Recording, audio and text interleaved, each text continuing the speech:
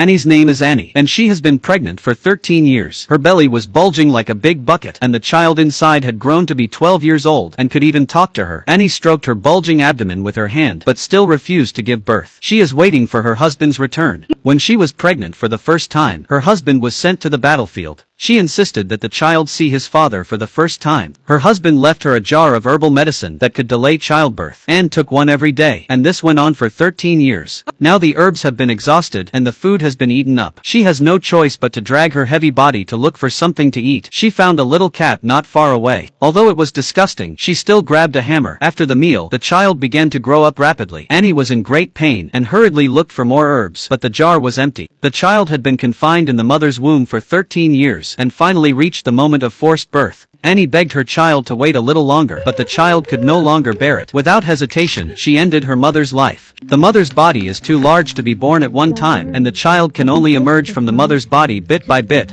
She chose an unusual way, cutting open her abdomen that had been pulled and lost its elasticity, and pouring out the flesh and blood. Then, she sat in the rocking chair with a smile on her face, celebrating freedom. At this moment, she is almost exactly like her mother. It was on this very day that the husband, who had returned from the battlefield, finally came home. Seeing the blood, he opened his mouth in terror and asked what had happened. The girl said she had had a miscarriage. Her husband comforted her by saying she could try to get pregnant again.